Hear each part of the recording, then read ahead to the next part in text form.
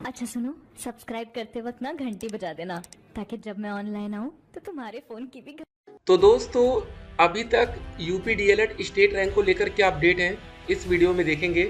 चलिए एक बार हम लोग ऑफिशियल वेबसाइट्स पर पहले आ जाते हैं। यहाँ पर क्या लिख कर आ रहा है इसको भी देखते हैं।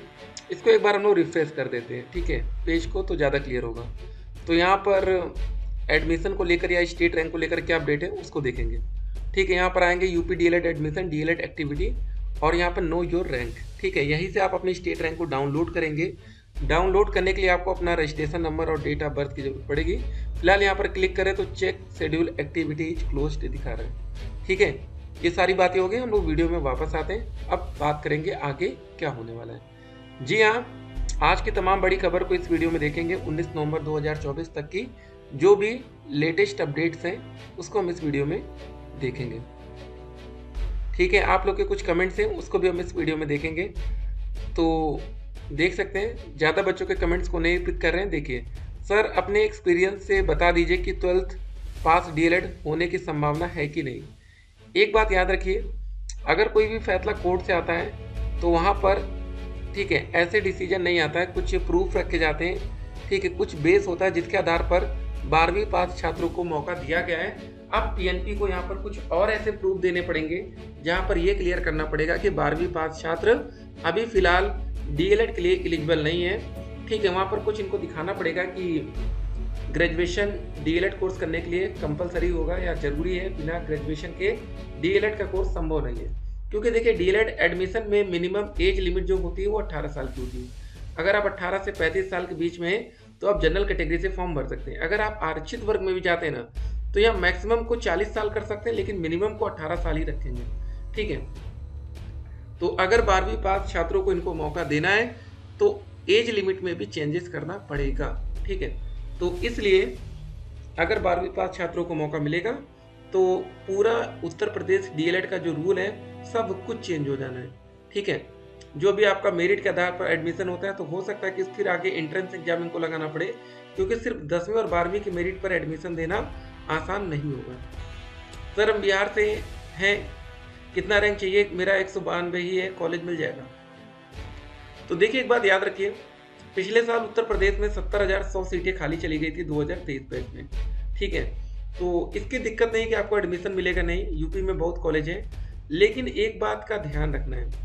ठीक है, आपको किसी भी कॉलेज में एडमिशन लेने से पहले एक बार उस कॉलेज में विजिट करना जरूरी है। अगर आप उस कॉलेज में एक भी बार नहीं जाते और एडमिशन लेने की सोच लेते हैं, ठीक है, तो आपका तगड़ा वाला नुकसान हो सकता है। ठीक है, कॉलेज वाले आपको बताएंगे कि हम भैया 2 साल में 60,000 फीस लेंगे। ठीक है, लेकिन कुछ टर्म्स एंड कंडीशंस होती है। देखिए आप लोग फंस जाते हैं, आप लोग अभी बहुत ही मासूम है, हम नहीं चाहते आपको कोई फंसाए। देखिए होता क्या है, सरकारी कॉलेज की फीस 10,200 होती है पहले साल की, दूसरे साल की भी 10,200। ठीक है, ये फर्स्ट ईयर, ये सेकेंड ईयर। वैसे ही प्राइवेट कॉलेज की फीस होती है पहले साल की 41,000, दूसरे साल की भी 41,000। एक और बात आपको बता दें, सरकारी कॉलेज जब 2 साल कोर्स कंप्लीट कर लेंगे तो बाद में आपको 2,500 रुपये रिफंड मिलेगा।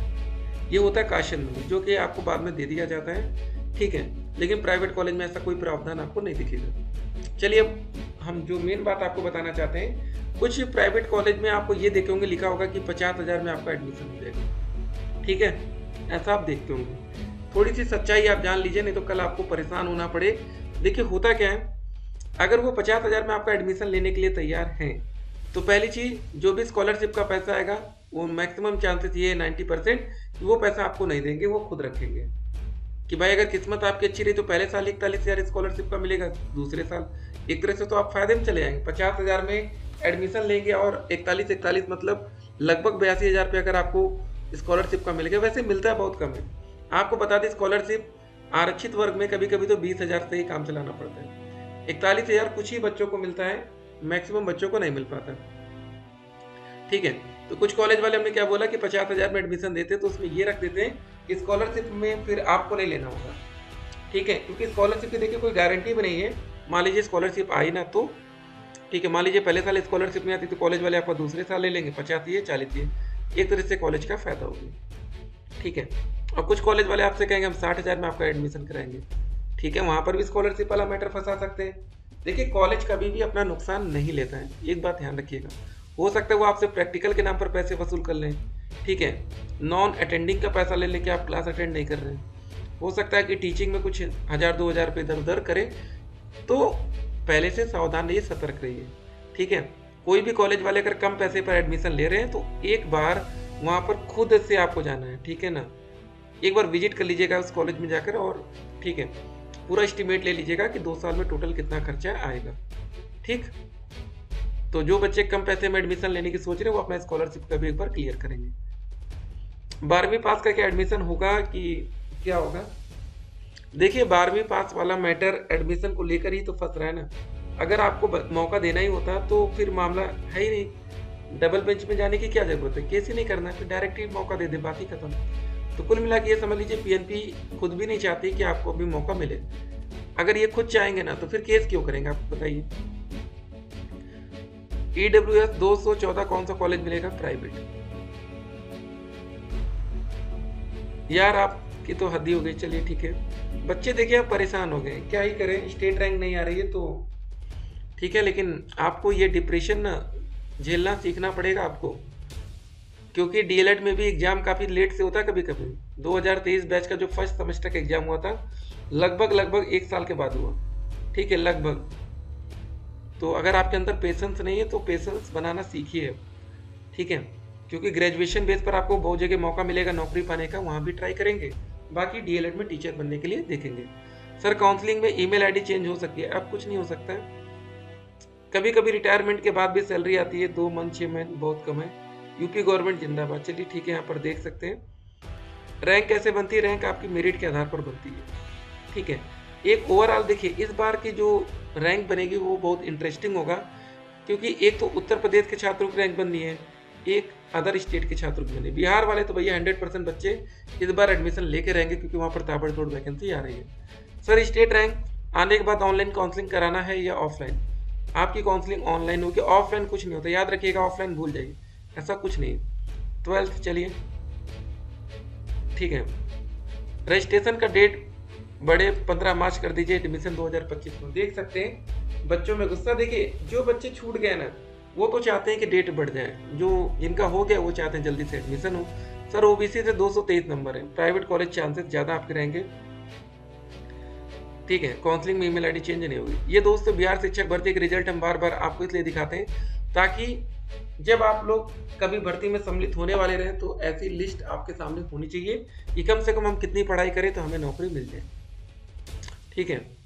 तो ये आपको पहले से पता होनी चाहिए। आपको बता दें जब पहली लिस्ट आई थी उस बार जो कट ऑफ गई थी, लड़कियों के लिए 57 नंबर गई थी, लड़कों के लिए 67। ये जनरल कैटेगरी की कट ऑफ बता रहे 120 में से 67, लड़कों को नौकरी मिल गई, 57 पर लड़कियों को। 13 नंबर की कट ऑफ में बढ़ोतरी इस बार देखने को मिली है। तो इसीलिए कहते हैं जितना जल्दी आपको मौका मिल जाएगा उतनी जल्दी नौकरी के चांसेस बनेंगे। ये दोस्तों काउंसलिंग के लिए कुछ बातें हैं, हर बार आपको वीडियो में दिखाते हैं ताकि आप लोग को पहले से पता रहे। कुछ भी आप देखकर ऐसा ना सोचे कि यार हमको ये पता नहीं। काउंसलिंग आपकी मेरिट के आधार पर ही होगी, जैसी आपकी मेरिट होगी वैसी काउंसलिंग में पार्टिसिपेट करने का मौका मिलेगा। ये दोस्तों जरूरी डॉक्यूमेंट्स की लिस्ट है, इतने डॉक्यूमेंट्स आपके पास होंगे तो कोई दिक्कत नहीं होगी, ठीक है। बाकी दोस्तों मिलते एक और वीडियो में। डीएलएड में करेक्शन होगा नहीं होगा। डायट कॉलेज की कट ऑफ क्या जाएगी? जनरल में 230 plus, EWS OBC 225 plus, SC में 215 प्लस, बाकी में 200 प्लस। डायरेक्ट एडमिशन का प्रोसेस क्या होने वाला है तो आपको बता दें काउंसलिंग के बाद ही आपका डायरेक्ट एडमिशन होगा, ठीक है। इसको भी जरा ध्यान रखिएगा, जब काउंसलिंग समाप्त हो जाएगी डायरेक्ट एडमिशन तब देखेंगे। फिर मिलते हैं, स्टे कनेक्टेड।